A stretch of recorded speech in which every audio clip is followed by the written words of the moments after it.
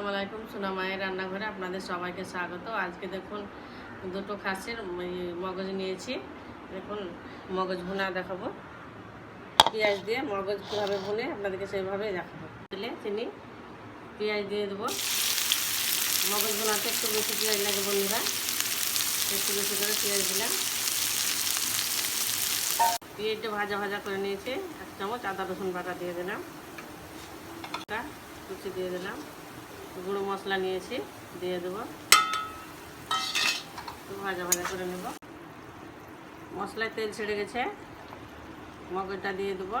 নুন দিয়ে দিয়েছি, দুটো খাসির মগজ। দেখুন মগজটা গরম মশলা গুঁড়ো দিয়ে নামিয়ে নেব। লেড়ে চেড়ে নামিয়ে নেব।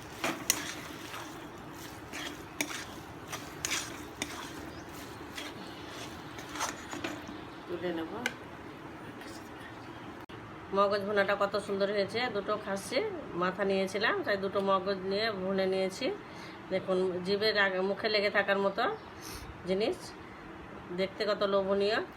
আর বন্ধুরা, আমার যদি মগজ ভুনাটা ভালো লেগে থাকে অবশ্যই লাইক, কমেন্ট, শেয়ার করবেন। আমার সোনা মায়ের রান্নাঘরটিতে সাবস্ক্রাইব করে দেবেন।